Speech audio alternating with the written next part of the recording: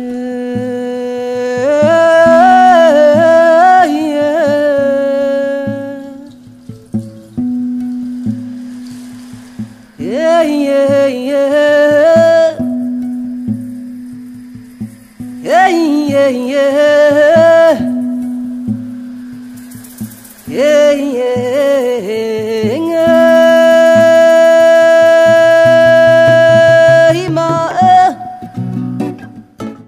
m'appelle Souleymane Bachir Diagne, je suis philosophe de formation et de passion. De formation, cela veut dire que j'ai fait mes études de philosophie en France, il y a maintenant bien longtemps, en classe préparatoire, à l'école normale supérieure de la rue d'Ulm. J'ai passé l'agrégation de philosophie et après ma thèse de doctorat, je suis rentré chez moi, au Sénégal, où j'ai enseigné pendant 20 ans au département de philosophie de l'université Cheikh Anta Diop de Dakar, avant de rejoindre l'université de Northwestern, qui se trouve à Chicago, de manière plus exacte, qui se trouve à Evanston, qui est la banlieue de Chicago, et où j'ai enseigné de 1999 à 2008.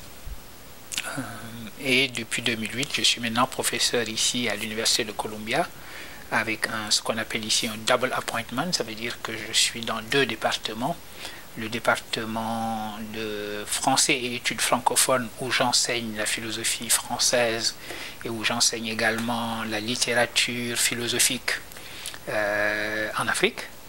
Et dans le département de philosophie où j'enseigne là l'histoire de la philosophie de manière générale, l'histoire de la philosophie dans le monde islamique, ou de temps en temps l'histoire de la logique mathématique qui est une de mes, qui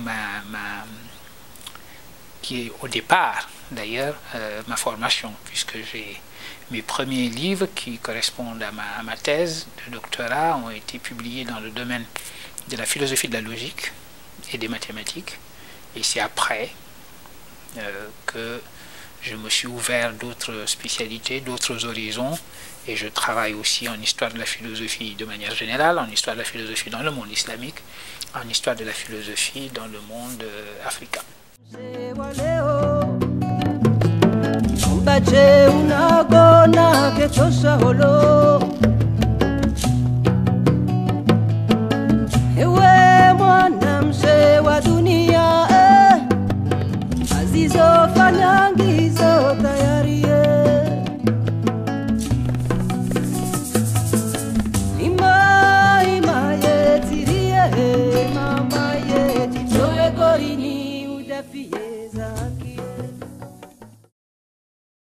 Nous avons sur le continent africain les effets de la crise profonde que traversent les systèmes d'enseignement, en particulier les systèmes d'enseignement supérieur, mais en fait tous les systèmes à tous les différents niveaux. Cette crise, elle est universelle. Vous la trouvez partout. L'université française n'est pas en très bonne forme. Donc il y a là des causes aussi que l'on peut repérer et qui se manifestent un peu partout. On a parlé du grand boom démographique. L'université pendant très longtemps a été une institution d'élite qui recevait une élite en général bien formée et qui la faisait sortir encore mieux formée, cette élite-là.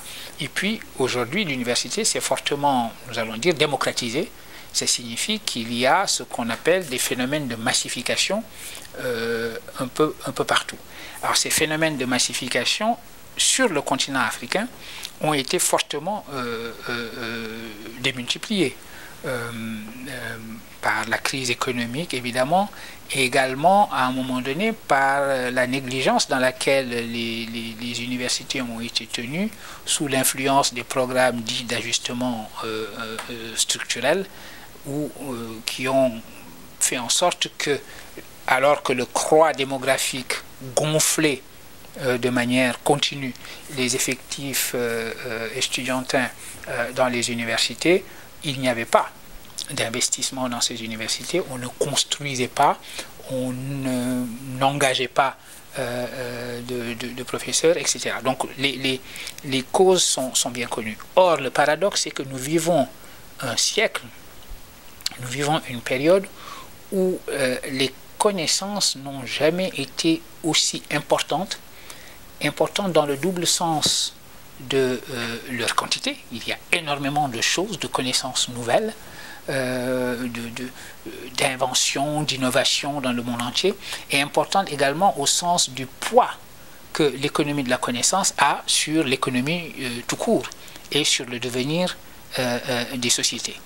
Donc, on a d'un côté des systèmes d'enseignement qui sont dans un état de crise profonde en Afrique, et d'un autre côté, les exigences très fortes d'un monde qui n'a jamais été autant basé sur la connaissance, sur le savoir, sur l'innovation. Et les Africains se trouvent dans l'obligation aujourd'hui de rattraper cela, d'investir énormément dans leur système éducatif, de faire en sorte que leur système éducatif leur permette de faire face aux défis du monde où ils vivent.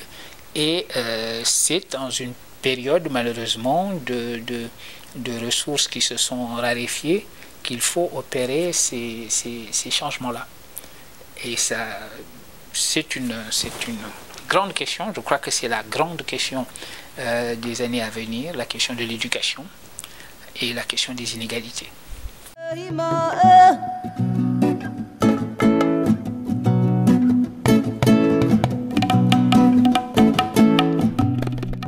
Oui, vous savez, tout à l'heure, j'ai dit en souriant que je suis philosophe de formation, dans ma formation et par passion.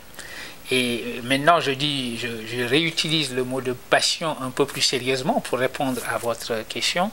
C'est vrai qu'on a le sentiment qu'on est tiraillé de toutes parts. Il faut enseigner. Et l'enseignement dans une université, une grande université comme Columbia, et avec des étudiants extrêmement intelligents et qui en redemandent, qui en veulent, si vous voulez, c'est une activité qui demande beaucoup d'énergie et beaucoup d'investissement.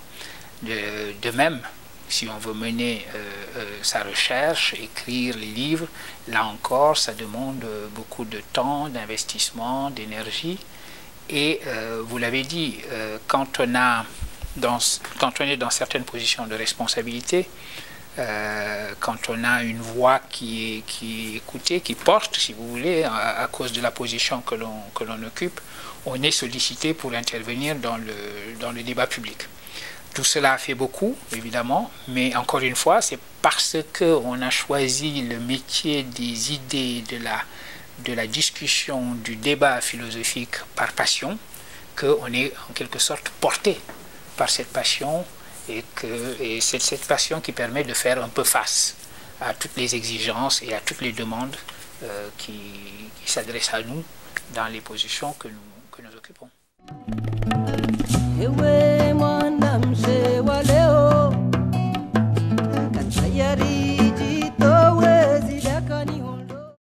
Justement, quand je suis rentré à Dakar après mes études à Normal Sup, le principal défi que je m'étais donné à moi-même, c'était de créer un solide enseignement de logique mathématique.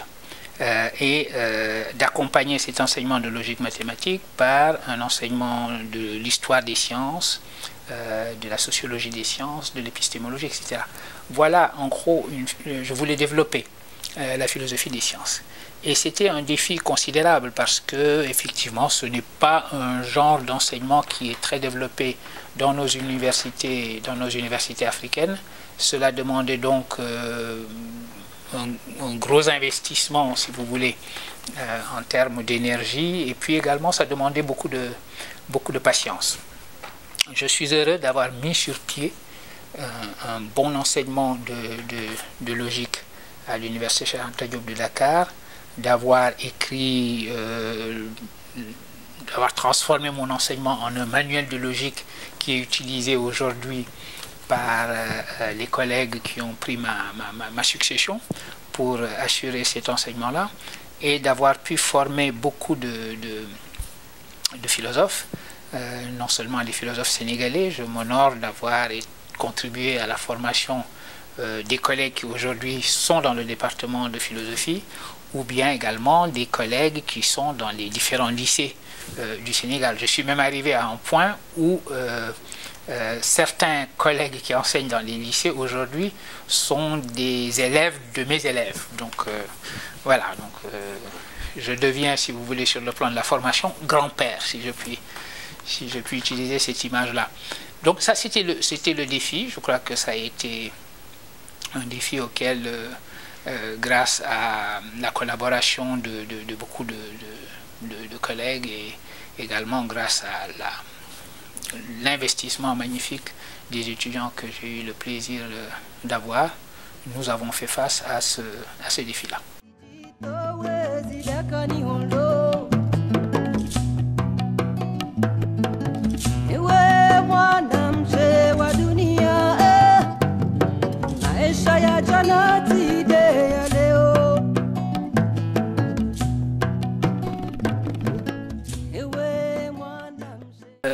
Moi, mon système de croyance est un système très rationnel et j'allais même dire rationaliste. J'ai une forme de rationalisme qui me vient de deux sources. Une première source, au fond, c'est la religion islamique. J'ai été élevé dans la tradition d'un islam très, très lettré, d'un islam intellectuel, d'un islam de la lecture qui a très, très peu de compromission avec les croyances en un monde enchanté, en un monde magique. Vous savez, il y a un aspect de l'islam qui est un aspect très rationaliste de ce point de vue-là et qui procède à une sorte de désenchantement du monde. C'est un peu dans cette tradition religieuse que j'ai été élevé. Et également, une autre source de rationalisme, vous l'avez dit, vient de ma formation philosophique. Maintenant, un peu sous l'influence d'ailleurs de mon ami le philosophe béninois Paulin Ontonji, j'ai été amené évidemment aussi à m'intéresser un petit peu à ces pratiques dont vous parlez et tout le système de croyances dans lequel beaucoup d'Africains, y compris des intellectuels, baignent encore. Mais ce qui m'intéresse sur ces aspects-là, moi, c'est plutôt la croyance elle-même.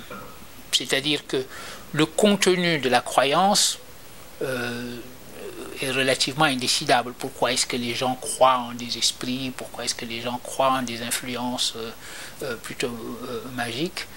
Quel est le contenu objectif de ce à quoi ils croient?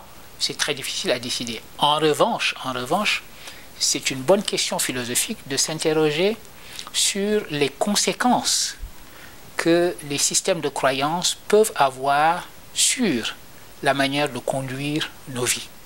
C'est-à-dire, je vous donne un exemple très précis. Une chose que je combats souvent dans la discussion avec mes différents interlocuteurs, c'est l'idée qu'au fond, il y a des forces occultes qui peuvent expliquer parfois que quelqu'un réussisse ou échoue dans telle ou telle entreprise. Pourquoi? Non pas parce que je m'interroge sur le contenu de la croyance de cet individu, mais parce que moi, ce qui m'inquiète, ce qui m'intéresse et ce qui m'inquiète aussi, c'est l'irresponsabilité, malheureusement, dans laquelle certains systèmes de croyances peuvent mettre les individus.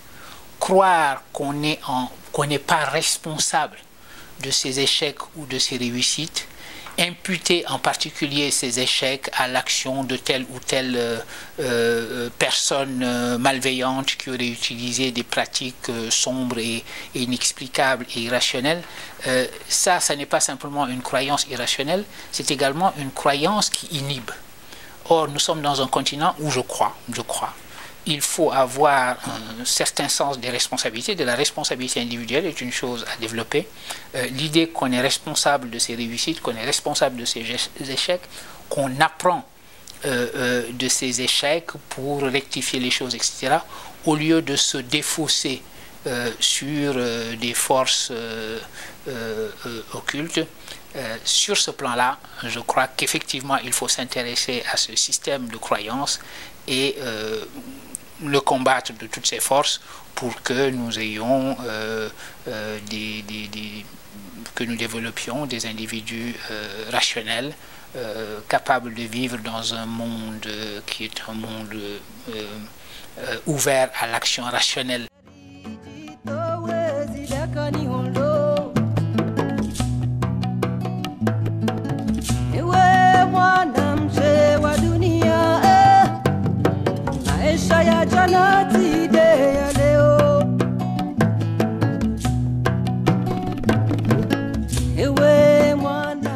Encore une fois, si on s'installe dans ce genre de système de croyance, le danger, c'est de perdre sa subjectivité. Et j'entends ici subjectivité au sens d'être le sujet et l'agent conscient et pleinement responsable de ce que l'on fait. Avoir le sentiment qu'il faut se rendre certaines forces propices, après tout, ça n'a pas d'incidence particulière. Chacun, si vous voulez, se gonfle psychologiquement comme on peut. On voit bien les sportifs quand ils vont se lancer dans le 100 mètres, invoquer toutes les forces possibles et imaginables. C'est une manière de se gonfler, de s'encourager soi-même, etc. Et ça, c'est une constante chez les humains. Si vous prenez par exemple les temps anciens, les grands champions, avant d'aller affronter leurs adversaires, chantaient leurs propres louanges. Vous voyez ça chez Homère, vous voyez ça en Afrique dans les chants dits gymniques, qui ont beaucoup intéressé Léopold Sédar Senghor. Les lutteurs sénégalais étaient célèbres dans le temps, non seulement pour leur bravoure et leur force, mais également pour leur capacité à chanter à leur propre gloire les plus beaux poèmes qui soient. Et donc, chanter un poème à sa propre gloire, si vous voulez, pour s'encourager soi-même et se pousser soi-même au dépassement, là, au contraire, c'est une croyance, si vous voulez, qui démultiplie les forces de l'individu, qui démultiplie la capacité qu'a l'individu de transformer les conditions dans lesquelles il vit, de transformer sa propre vie, d'agir dans le monde pour le transformer. Donc, ce genre, si la croyance en des forces qui vous dépassent, qui peuvent être en fait vous-même, c'est une invitation à votre propre autodépassement, dans cette direction-là, c'est très bien. Maintenant, si c'est une croyance qui vous déresponsabilise, si quelque chose vous arrive, c'est que quelqu'un est en train de vous jeter un mauvais sort, ou quelqu'un est en train de vous mettre des bâtons dans les roues, des bâtons occultes dans les roues, etc. Là, ce que vous perdez précisément, c'est le sentiment de votre propre responsabilité. Et si vous élevez un enfant dans ce système de croyance-là, si l'enfant a le sentiment que chaque fois qu'il revient de l'école avec de mauvaises notes, il faut qu'il explique cela par des conditions extraordinaires et l'action de quelqu'un d'autre, vous élevez quelqu'un qui ne va pas être responsable de lui-même. Et ça, c'est une tendance qui existait, qui est en train de disparaître peut-être, mais peut-être trop lentement sur le continent africain, et c'est une tendance qu'il faut combattre.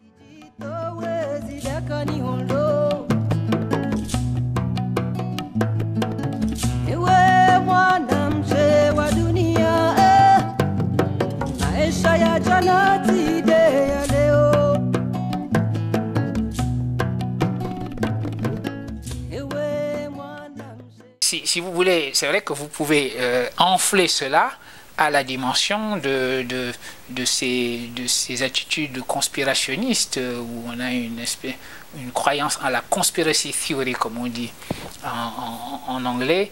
Il y a une conspiration du monde entier pour faire de l'Africain une sorte de victime perpétuellement. Et donc ce sentiment de la victimisation, rien n'est de ma faute. Il y a des forces extérieures à moi et qui sont contraires à moi, ça n'est pas une bonne attitude, ce n'est pas une attitude responsable, que ce soit au niveau individuel comme au niveau collectif.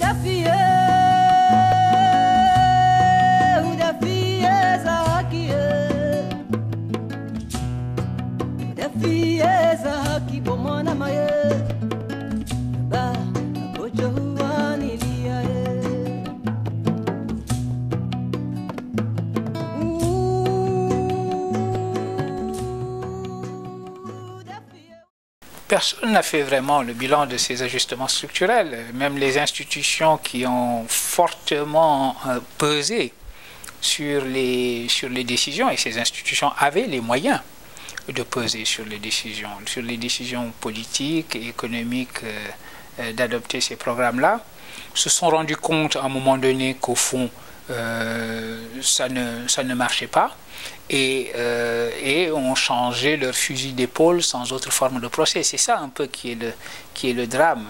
Lorsque des institutions qui ne sont pas des institutions démocratiquement élues ont autant de poids sur le cours des choses, sur les décisions qui sont imposées à des leaders qui, eux, sont démocratiquement élus et qui, en principe, doivent rendre compte à leur propre population. Vous essayez une politique, vous appliquez une philosophie économique qui était le fameux consensus de Washington, et lorsque cette philosophie économique arrive au bout, si vous voulez, épuise ses capacités, hop, vous changez votre fusil d'épaule, et entre-temps, des catastrophes ont eu lieu, et en particulier les systèmes d'enseignement ont fortement souffert, et les systèmes de santé ont fortement souffert de ces programmes-là. Maintenant, ces programmes ont eu lieu. Aujourd'hui, il ne faut pas non plus noircir le tableau et avoir l'impression qu'il n'y a pas d'espoir, qu'on est au fond du puits, parce que les prospectivistes vous le diront, aujourd'hui, il y a des raisons de penser qu'il y a des germes de changement. C'est fragile, mais ça a l'air d'aller dans la bonne direction, dans la direction d'un certain développement, et il y a des raisons de penser que l'avenir de l'Afrique est aujourd'hui quelque chose que l'on peut considérer avec un certain optimisme.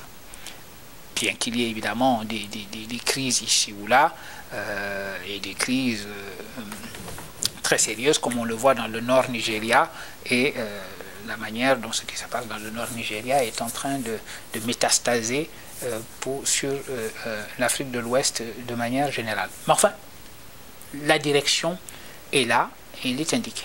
Comme je disais tout à l'heure, le développement à venir risque de se faire au prix d'inégalités très profondes entre les régions et à l'intérieur des pays également. Et c'est une chose à laquelle nous devons prêter la plus grande attention. Donc plutôt que de faire le bilan des ajustements, etc., il faut que nous ayons la pleine conscience de ce qui est en train de se passer, de ces germes de changement tels qu'ils sont, de faire en sorte que ces germes de changement portent, que les fruits portent la promesse des fleurs, comme l'on dit, et surtout, encore une fois, d'être très attentif aux inégalités qui risquent de se produire précisément parce que le développement aura été enclenché.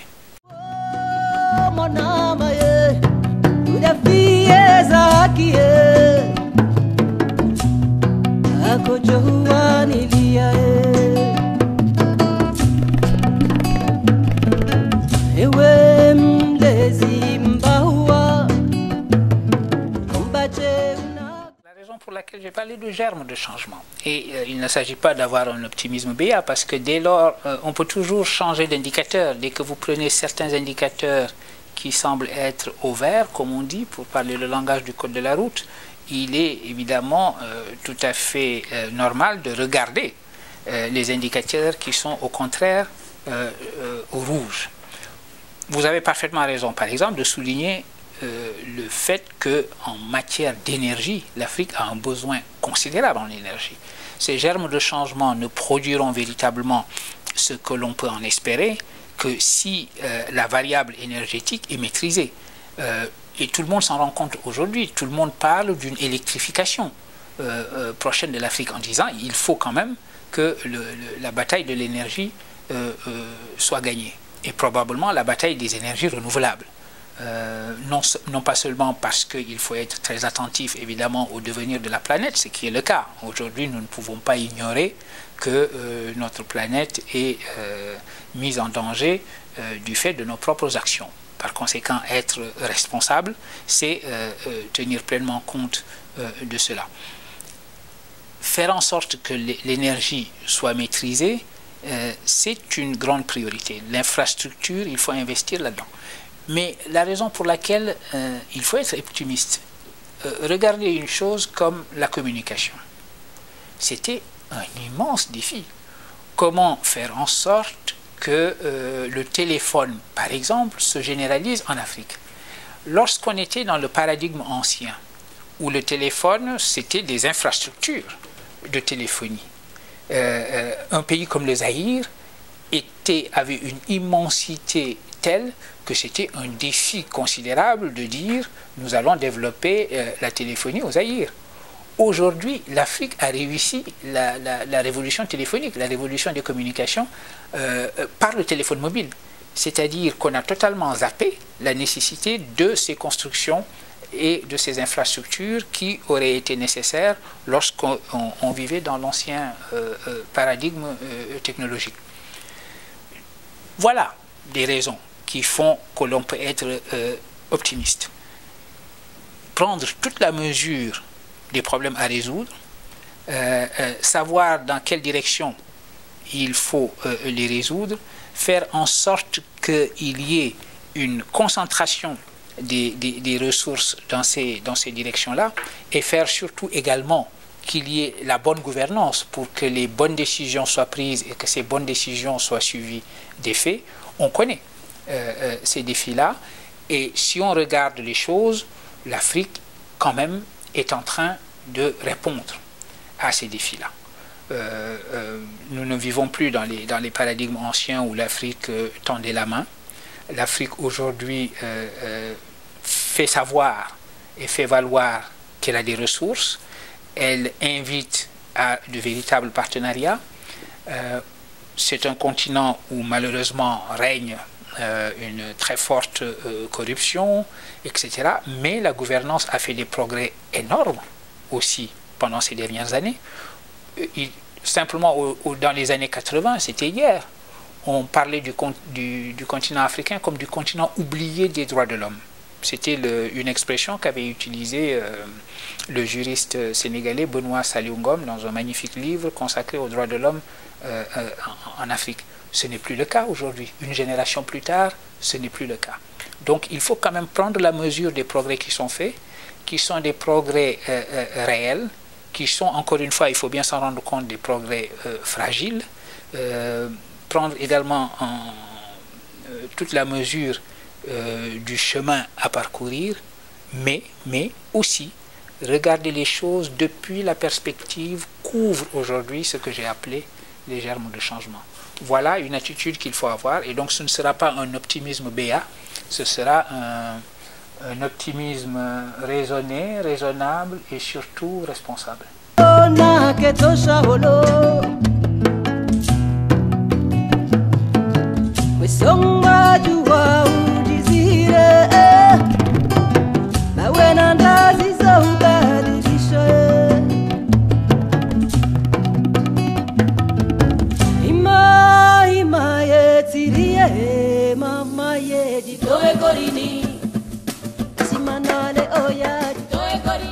Césaire disait une chose très juste. Césaire n'a pas arrêté de répéter ici ou là que la véritable crise, c'est une crise de l'initiative. Le pire qui puisse arriver à une société, ce n'est pas qu'elle soit simplement dominée. La domination est un désastre, est une chose inacceptable, quelles que soient les raisons Il ne peut pas y avoir de raison de la domination d'un peuple par un autre. Mais la pire des dominations, c'est la domination qui suce, pour ainsi dire, votre capacité de réponse, votre capacité de prendre l'initiative, votre capacité de vous récupérer vous-même, de vous recollecter, pour ainsi dire, et de vous projeter dans l'avenir. Alors, c'est la raison pour laquelle, par exemple, vous parliez du temps. Le temps est la dimension essentielle ici. C'est la raison pour laquelle un ouvrage qui a eu beaucoup de succès, un ouvrage de philosophie écrit par le philosophe kényan John Mbiti, intitulé, il n'a jamais encore été traduit en français, intitulé African Religions and Philosophy, religions africaines et philosophie, il a tout un chapitre sur le temps qui serait différent chez les Africains, où la dimension du passé serait l'essentiel, alors que la dimension du futur est réduite à un minimum et n'existe quasiment pas. Et c'est une construction très savante qu'effectue le philosophe Mbiti pour indiquer que c'est la raison pour laquelle en Afrique on décide les choses en fonction de la tradition et en fonction du passé. Les valeurs du passé sont ce que l'on regarde pour pouvoir prendre les décisions aujourd'hui. On a beaucoup de proverbes qui disent effectivement qu'il faut, quand on ne sait pas où on va, il faut voir d'où on vient. L'origine serait la raison ultime des décisions qu'il faut prendre aujourd'hui, etc. La rupture à laquelle invite la démarche prospective, c'est précisément la rupture qui consiste à dire nos actions, le sens de nos actions vient de demain. C'est en fonction de la manière dont nous projetons notre société demain. C'est-à-dire, nous la projetons au sens où nous regardons où elle va si les choses continuent à aller comme elles sont en train d'aller.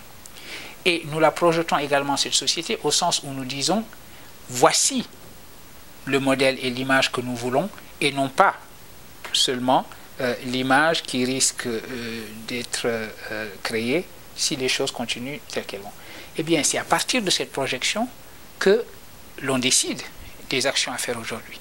Donc, les actions sont décidées en fonction du futur projeté, infiniment plus qu'elles ne le sont en fonction du passé ou de quelque tradition que ce soit. C'est cela, l'attitude prospective. Cela ne veut pas dire que vous vous coupez de votre passé ou que vous vous coupez de votre tradition. Cela veut dire que vous comprenez parfaitement que le passé et la tradition n'ont de sens qu'aujourd'hui et pour demain. C'est-à-dire que ce que vous allez devenir va donner sens à votre propre tradition. La tradition est, pour ainsi dire, toujours en attente par les actions que vous décidez pour ce qui sera votre futur. Et c'est cela l'une des leçons que j'ai retirées, moi, de la fréquentation de la pensée prospective et de cette pensée du temps, qui nous enseigne effectivement qu'il faut comprendre que le sens coule depuis l'avenir vers le présent.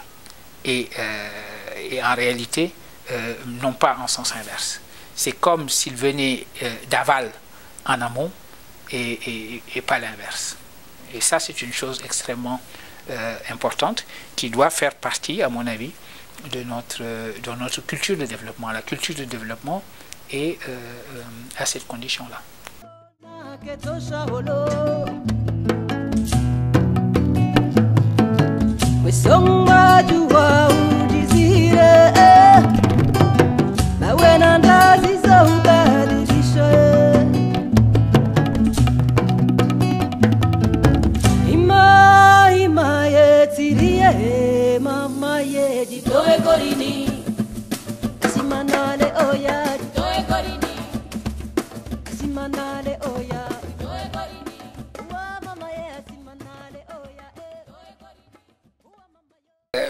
Je suis heureux que vous posiez cette question maintenant parce que je la mets en relation avec ce que nous venons de dire sur le temps et sur le fait que les décisions que nous prenons aujourd'hui, nous les prenons en fonction de notre futur. Dire par exemple qu'il est bon, pédagogiquement même, que l'école africaine la réflexion africaine et donc l'école et l'enseignement sur notre continent s'emparent de ce document oral très important qui était la charte du Karakan-Fouga ou de ce document oral très important qui était le serment des chasseurs. C'est dire que ces documents, c'est nous qui allons leur donner leur sens en fonction de ce que nous en faisons aujourd'hui dans le présent. Si nous disons cette charte du Karakan-Fouga fonctionne comme une Bill of Rights qu'il nous faut étudier, pour laquelle nous devons avoir une posture critique évidemment, mais également une posture pédagogique. Et j'appelle posture pédagogique la simple réflexion sur le fait que de cette charte, nous allons tirer les enseignements, faire en sorte que nous enseignions à nos élèves que l'existence de cette charte signifiait une réflexion politique importante dans le Mali de l'époque sur la meilleure manière d'organiser le pluralisme.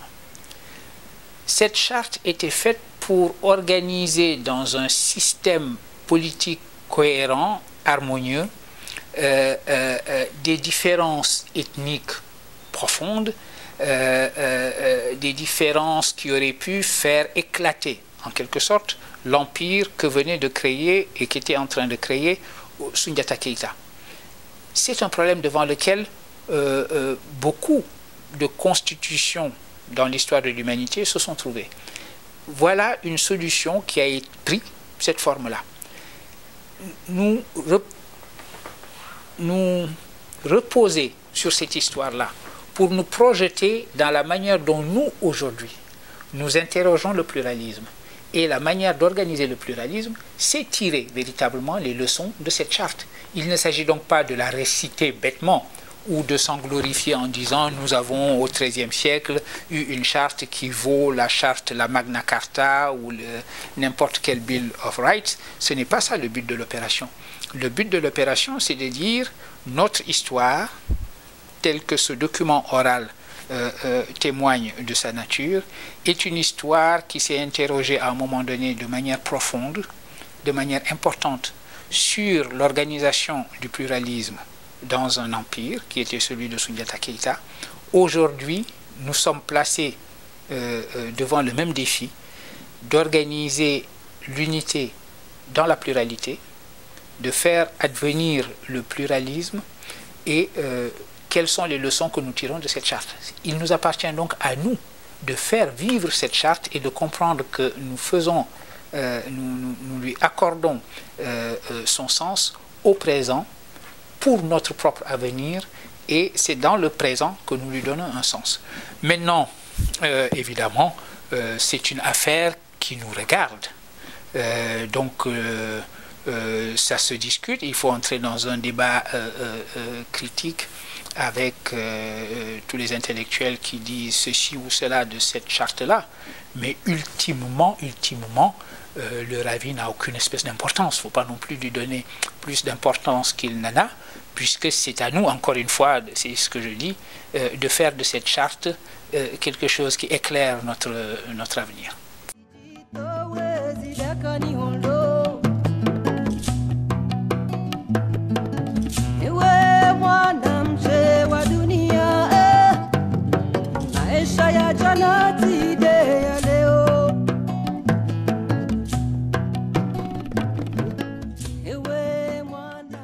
Vous avez raison de dire qu'il s'agit de reconstruire l'histoire intellectuelle de notre continent. Et j'insiste là-dessus parce qu'il s'agit d'une histoire. Pendant très longtemps, ce n'est pas la notion d'histoire intellectuelle qui a été mise en avant, mais c'était plutôt une sorte d'approche ethnologique de la manière de penser en Afrique. Manière de penser, j'utilise cette périphrase pour ne pas utiliser une expression surannée qui a disparu heureusement de notre langage, qui était l'âme noire.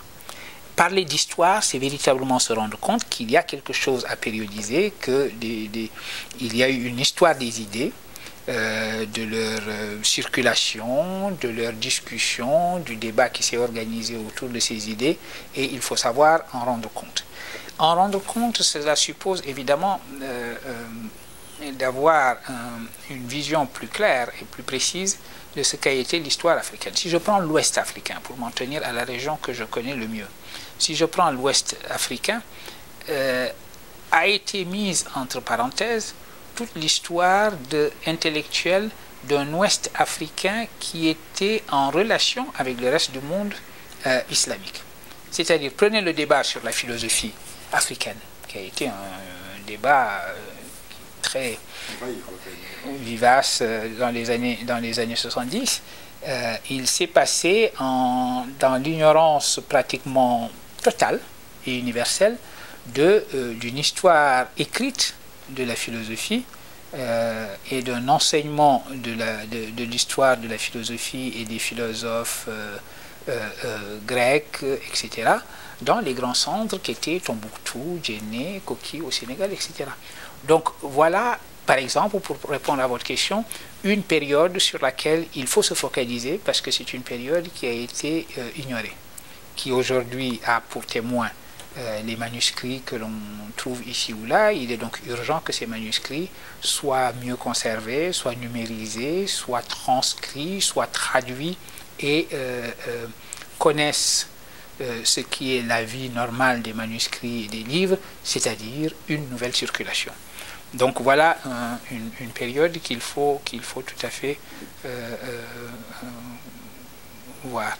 Vous avez maintenant raison de parler également de la période moderne. Ce n'est pas simplement une posture historique qu'il faut avoir une posture moderne, et vous avez bien fait d'insister sur les technologies qui sont à l'heure actuelle, qui existent à l'heure actuelle. J'ai parlé tout à l'heure de la crise de l'enseignement. Une des réponses à cette crise de l'enseignement, c'est un investissement décidé dans les nouvelles technologies. Ce que je disais de la révolution de la téléphonie mobile qui a eu lieu en Afrique et qui a répondu à un certain nombre de défis qui se posaient aux Africains, c'est valable aussi pour les technologies de l'Internet quand il s'agira d'enseigner. Le défi démographique devant lequel nous nous trouvons lorsqu'il s'agit de répondre à la crise de nos universités, c'est un défi auquel nous répondrons également en investissant encore une fois de manière décidée dans les technologies de l'enseignement à distance telles qu'elles ont été développées par l'Internet. Ça, c'est notre histoire intellectuelle et scientifique projetée dans le futur. Donc voilà, je distingue ces deux moments, un moment dans le passé et un moment qui me semble être un moment plus lié à la prospective, à la démarche prospective.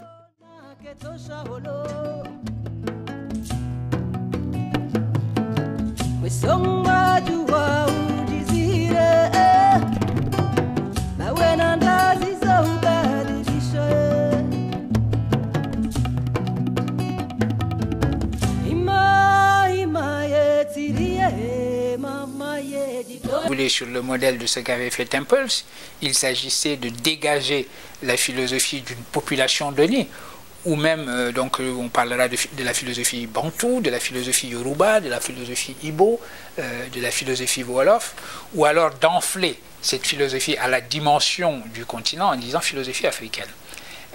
Un deuxième moment a été le moment iconoclaste, si je puis dire, de toute une génération de philosophes excellents, brillants. Vous avez parlé de Ebussi Boulaga, Paulin Otonji, dans le monde anglophone, Odera Uruka, tous ceux qui sont allés contre cette approche qu'ils ont qualifiée d'ethnophilosophique.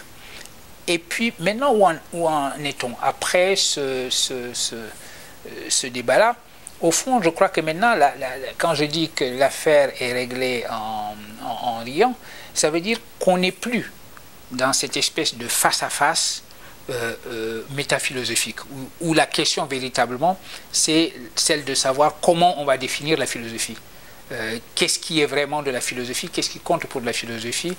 Ça n'a aucun intérêt.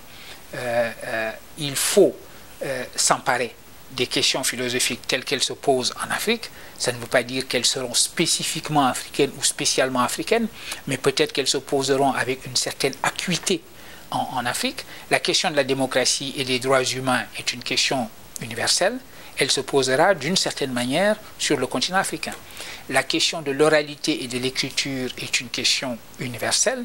Derrida a écrit des pages magnifiques sur cette question, des pages très utiles, des pages tout à fait réfléchies. Mais nous sommes peut-être sur le continent africain dans une perspective qui fait que oralité et écriture, la relation entre les deux, aura une coloration, une acuité, une intensité particulière et ira dans des directions différentes. Donc voilà un certain nombre de problèmes sur lesquels l'activité philosophique va s'exercer. On n'a pas besoin de définir au préalable ce que serait une philosophie africaine. Parce qu'on oublie une chose, c'est qu'en définitive, les questions philosophiques, normalement, on les rencontre. C'est parce qu'il y a des problèmes que l'on rencontre que ces problèmes soulèvent des questions philosophiques et ces questions philosophiques sont alors traitées philosophiquement. Donc, si on rencontre la question de l'art en Afrique et de sa signification, on fera de la philosophie de l'art. Que ce soit de la philosophie africaine, oui, de manière tautologique, si on veut prendre le fait qu'on est en train de parler de l'art africain. Mais c'est une démarche philosophique qui aura rencontré un problème spécifique qui se pose sur le continent, comme il pourrait se poser ailleurs, et ce problème est pris à bras le corps par une activité, un mode de questionnement philosophique. Si on en est là, effectivement, l'affaire est réglée, parce qu'on ne s'occupe plus de la question massive et indécidable de ce qui est philosophie africaine, de ce qui vaut philosophie africaine. On se lance dans l'activité philosophique simplement. C'est la raison pour laquelle, d'ailleurs, cet ouvrage que j'ai dirigé et auquel vous faisiez référence tout à l'heure, publié par la Revue Critique, je l'ai appelé prudemment et précisément philosophie en Afrique, plutôt que d'adjoindre un adjectif comme africaine au substantif philosophie.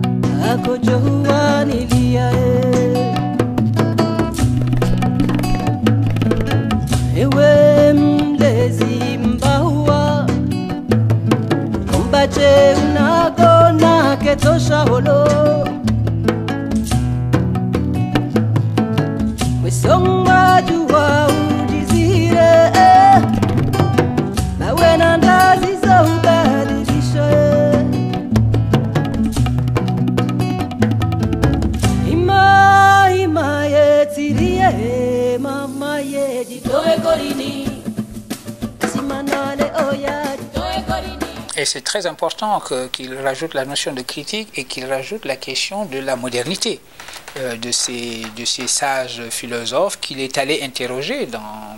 Il est allé avec son magnétophone, il a interrogé les sages qu'il a rencontrés. Parce qu'encore une fois, c'est toujours la même chose. Quand on se lance dans l'activité philosophique, quel est le problème qu'on a rencontré et qu'on essaye de penser? Sinon de résoudre, au moins de penser. Voilà le point de départ qu'il faut adopter. Sur ce plan-là, moi, je suis profondément husserlien. C'est Husserl qui a dit qu'il fallait trouver nos points de départ dans les problèmes eux-mêmes et dans les activités qui en sont coextensives. Qu'est-ce que ça veut dire? Ça veut dire que vous rencontrez sur le terrain un problème et c'est la nature même du problème qui va déterminer la nature de la réflexion philosophique que vous allez mener. Par exemple, les sages que Oruka rencontre, ce sont des sages qui réfléchissent à la signification de la mort, qui réfléchissent à la signification de la beauté, qui réfléchissent à leur monde tel qu'il est au moment où ils l'analysent et qui réfléchissent de manière critique. C'est ça qui fait de leur réflexion une réflexion philosophique. Et il en a toujours été ainsi. Vous parliez tout à l'heure de l'oralité et de ce que j'en dis dans mon livre L'encre des savants, lorsque j'ai dit de manière un peu provocatrice il faut sortir du paradigme du griot. J'ai deux propos, je tiens ensemble deux bouts d'une chaîne. Sur premier plan, je regarde l'oralité, la tradition orale, si vous voulez, les récits oraux, la manière dont la réflexion en Afrique s'est, pour ainsi dire, incarnée dans des textes oraux, si on peut utiliser cette expression un petit peu oxymorique. Je dis, sur ce plan-là, et d'ailleurs je rejoins ici mon collègue philosophe Mamoussé Diagne, je dis qu'en réalité il est possible de repérer dans les récits oraux eux-mêmes une dimension critique, à la différence de ceux qui estiment que l'oralité est tellement préoccupée de mémoire qu'elle ne prend pas la distance critique par rapport à ce qui est transmis. Je ne le crois pas, je crois qu'on peut repérer des récits oraux qui sont eux-mêmes une reprise critique d'autres récits oraux, et j'invite à avoir cette approche-là de la littérature orale africaine. Ça, c'est sur le plan de l'oralité. Mais la deuxième chose que je dis également, c'est qu'il ne faut quand même pas se faire de l'oralité une espèce d'essence qui serait caractéristique de l'africanité, que l'Africain serait par essence un homme ou une femme de l'oralité. C'est simplement faux. D'abord parce que ce continent a connu l'écriture, a adopté l'écriture à un moment donné. Je parlais d'une tradition écrite, d'érudition écrite dans les grands centres qui sont nés à l'occasion de l'islamisation de certaines régions africaines. Il en va de même d'ailleurs dans les réflexions qui ont été provoquées, si vous voulez, par la traduction de la Bible, l'introduction d'une culture écrite organisée autour de la traduction de la Bible, etc. Donc les cultures africaines ne sont pas fondamentalement mariées à l'oralité, et il y a une tradition d'érudition écrite qu'il nous faut connaître, dont il faut tenir compte si nous voulons véritablement reconstituer l'histoire africaine, l'histoire intellectuelle africaine de notre continent. Donc ça, c'est une chose aussi dont il faut tenir compte. Et maintenant, quand les récits oraux passent à l'écriture, ceux qui les transcrivent, et c'est la raison pour laquelle je parlais de sortie du paradigme du griot, il ne faut pas avoir non plus cette attitude nostalgique en disant « Ah, le seul moyen de sauver l'oralité, c'est de la perdre comme oralité, puisqu'on la transforme en écriture », comme si l'écriture n'avait pas elle-même sa propre vitalité, sa propre productivité, sa propre créativité. Il n'est pas vrai que ceux qui créent aujourd'hui en Afrique créent dans une sorte de nostalgie de l'oralité, et que les grands textes de la littérature africaine, de la créativité africaine, s'expliquent par la présence en eux d'une sorte d'essence de l'oralité, etc. Donc il faut sortir de ce paradigme-là, considérer que l'écriture a valeur en elle-même, et que les textes retranscrits, recréés dans l'écriture, les textes des récits oraux, sont des textes qui n'ont pas perdu leur vitalité orale, mais ont gagné une vitalité écrite. Et donc aujourd'hui sont engagés dans un processus tout à fait différent de dissémination et de productivité qui tient à leur caractère écrit et non pas à leur caractère oral. Donc moi je n'ai aucune sorte de nostalgie pour l'oralité à quoi il faudrait accorder plus de prix qu'elle n'en a.